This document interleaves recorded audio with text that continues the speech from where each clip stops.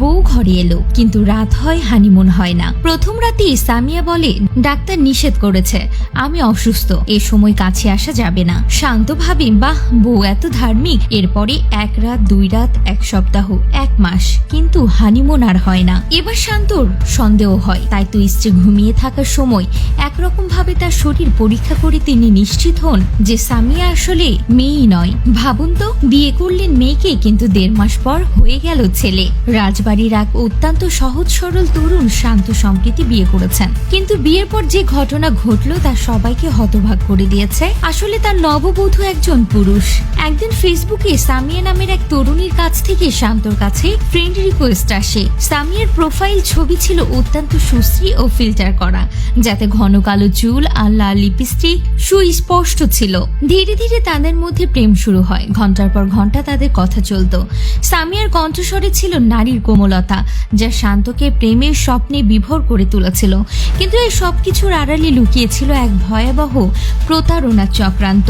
একসময় সামিয়া শান্তকে জানায়, আমি আর পাপ করতে পারছি না, দয়া করে আমাকে বিয়ে করো। শান্তও তার রাজকুমারীকে আশ্বস্ত করে বলে, ঠিক আছে, বিয়ে হবে। শান্তর পরিবার সানন্দে রাজি হয়ে যায়।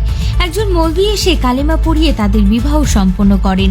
নববধূ ঘরে এলেন, কিন্তু রাত পেরোলেও তাদের বাসর রাত আর হলো না। প্রথম রাতে সামিয়া অজুহাত দেয়, ডাক্তার নিষেধ করেছেন, আমি একটু অসুস্থ, এই সময় ঘনিষ্ঠ হওয়া যাবে না। শান্ত সরল মনে ভাবে, আহ, আমার বউটা কতটা ধার্মিক। 1 রাত, 2 রাত করে 3 রাত, তারপর 1 সপ্তাহ, এমনকি 1 মাসও পেরিয়ে গেল। এতদিনে তো একটি দীর্ঘ নেটফ্লিক্স সিরিজও শেষ হয়ে যেত, কিন্তু তাদের বাসর রাত আর শুরুই হলো না। প্রায় 1.5 মাস পর সামিয়ার রহস্যময় আচরণে শান্তর সন্দেহ হয়। শান্তর পরিবারও খোঁজ খবর নিতে শুরু করে। এক পর্যায়ে আত্মীয় স্বজনরা সামিয়ার পরিচয় ঘাটতে গিয়ে আবিষ্কার করে যে সামিয়া আসলে কোনো মেয়ে নয়, সে মোহাম্মদ শাহিনুর রহমান নামের এক পুরুষ। 1.5 মাসের বিবাহিত জীবনের এই ভয়ঙ্কর মোড় শান্তকে হতবাক করে দেয়। ভুক্তভোগী মাহমুদুর হাসান শান্ত জানান, সামাজিক যোগাযোগ মাধ্যমে পরিচয়ের সূত্রেই সামিয়ার সঙ্গে তার প্রেমের সম্পর্ক গড়ে ওঠে। গত 7 জুন 2 পরিবারের সম্মতিতে তাদের বিবাহ সম্পন্ন হয় এবং ঈদের দিন শান্ত তার নববধূকে বাড়িতে নিয়ে আসেন। কিন্তু আশ্চর্যজনকভাবে বিয়ের পর থেকেই সামিয়া নানান অজুহাত দেখিয়ে শান্তর সাথে শারীরিক দূরত্ব বজায় রাখত। শান্ত জানান, আমার স্ত্রী সবসময় ঘনিষ্ঠতা এড়িয়ে চলত এবং শারীরিক দূরত্ব বজায় রাখত। এক পর্যায়ে আমার সন্দেহ হয়, আমি কিছু পরীক্ষা করি, আর তখনই আমার চোখ খুলে যায়।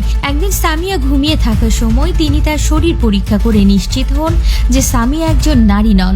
এই সত্য উন্মোচিত হওয়ার পর ঘুম ভাঙার পর সামিয়া উল্টো শান্তর উপর ক্ষিপ্ত হয়ে তাকেই মারধর করে। এই ঘটনার পর শান্ত সামিয়ার পরিবারের সঙ্গে যোগাযোগ করেন।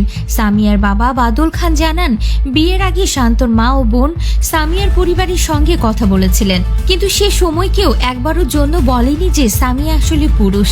বরং তারা শান্তর পরিবারকে আশ্বস্ত করেছিল যে সামিয়া তাদের মেয়ে এবং সে তাদের কাছে বেড়াতে এসেছে। এমনকি সামিয়া নাকি কোরআন শরীফ ছুঁয়ে মেয়ে হবার শপথ করেছিল।